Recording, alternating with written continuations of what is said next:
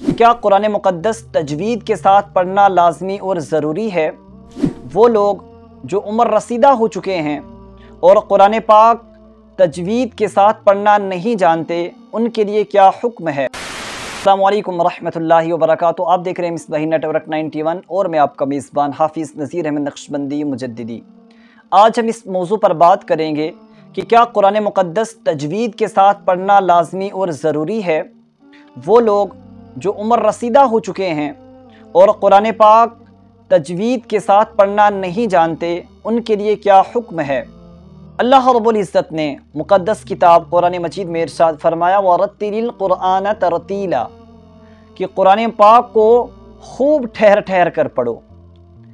اس آیت کے ماتحت صاحب تفسیر صراط الجنان لکھتے ہیں قرآن پاک کو اتنی تجوید سے پڑھنا فرض عین ہے کہ جس سے حروف صحیح ادا ہوں اور غلط پڑھنے سے بچے، اور قرأت اس چیز کا نام ہے کہ تمام حروف صحیح مخارج کے ساتھ ادا کیے جائیں، ہر حرف غیر حرف سے صحیح طور پر ممتاز نمایاں یعنی بالکل الگ ہو۔ فرض نمازوں میں ٹھہر ٹھہر کر، تراویح میں متوسط انداز پر اور رات کے نوافل میں جلد پڑھنے کی اجازت ہے، مگر ایسا پڑھیں کہ سمجھ میں آ سکے، یعنی کم از کم قاریوں نے جو مد کا درجہ رکھا ہے اس کو ادا کرے، ورنہ حرام ہے۔ اس لیے کہ ترتیل کے ساتھ قرآن پاک پڑھنے کا حکم ہے۔ آج کل اکثر حفاظ اس طرح پڑھتے ہیں کہ مد کا ادا ہونا تو دور کی بات، یعلمون تعلمون کے سوا کسی لفظ کا پتہ نہیں چلتا، جلدی میں لفظ کے لفظ کھا جاتے ہیں اور اس پر فخر کرتے ہیں کہ فلاں اس قدر جلدی پڑھتا ہے۔ اس طرح قرآن مجید پڑھنا حرام ہے، اور اکثر لوگ تا، طوا، ثا، سین، صاد، ہا، حا، الف، حمزہ، عین، ضاد، ذال، ضا میں کوئی فرق نہیں کرتے۔ یاد رکھیے، حرف بدل جانے سے اگر معنی فاسد ہو گئے تو نماز نہیں ہوگی۔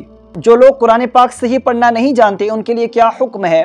فرمایا گیا کہ جس سے حروف صحیح ادا نہیں ہوتے اس کے لیے تھوڑی دیر کوشش کرنا کافی نہیں، بلکہ لازم ہے کہ وہ رات دن سیکھنے کے لیے کوشش کرے، اور اگر کسی صحیح پڑھنے والے کے پیچھے نماز پڑھ سکتا ہے تو اس پر لازم ہے کہ اس کی اقتداء کرے، اس امام کے پیچھے نماز پڑھے یا وہ آیتیں پڑھے جس کے حروف صحیح ادا کر سکتا ہو، اور اگر یہ دونوں صورتیں ناممکن ہوں تو زمانہ کوشش میں اس کی اپنی نماز ہو جائے گی۔ آج کل کافی لوگ اس مرض میں مبتلا ہیں کہ نہ وہ قرآن مقدس صحیح پڑھنا جانتے ہیں اور نہ وہ سیکھنے کی کوشش کرتے ہیں۔ یاد رکھیے، اس طرح ان کی نمازیں برباد ہوتی ہیں۔ اب کچھ لوگ ایسے ہوتے ہیں کہ وہ کوشش تو کرتے ہیں لیکن جب وہ صحیح نہیں پڑھ پاتے وہ کوشش کرنا بھی چھوڑ دیتے ہیں۔ اب کچھ لوگ ایسے ہیں جو ابتدا میں قرآن پاک صحیح پڑھنے کی کوشش تو کرتے ہیں لیکن ان کو کٹھنائیوں کا سامنا، مشکلات کا سامنا کرنا پڑتا ہے تو وہ چھوڑ دیتے ہیں۔ تو ایسے لوگوں کے لیے کیا حکم ہے؟ تو فرمایا گیا جس نے رات دن کوشش کی مگر سیکھنے میں ناکام رہا، جیسے بعض لوگوں سے صحیح حروف ادا نہیں ہوتے، اس لیے لازمی ہے کہ رات دن سیکھنے کی کوشش کرے، اور زمانہ کوشش میں وہ شخص معذور ہے، اس کی اپنی نماز ہو جائے گی، مگر صحیح پڑھنے والوں کی ہرگز امامت نہیں کر سکتا۔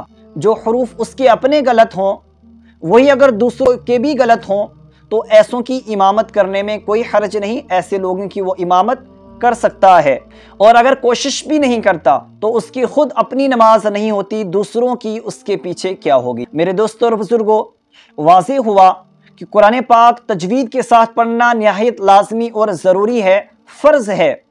اگر ہم قرآن پاک تجوید کے ساتھ نہیں پڑھتے تو ہماری نمازیں بھی درست نہیں ہوتی، تو لہٰذا ہمیں چاہیے کہ ہم قرآن پاک تجوید کے ساتھ پڑھنا سیکھیں۔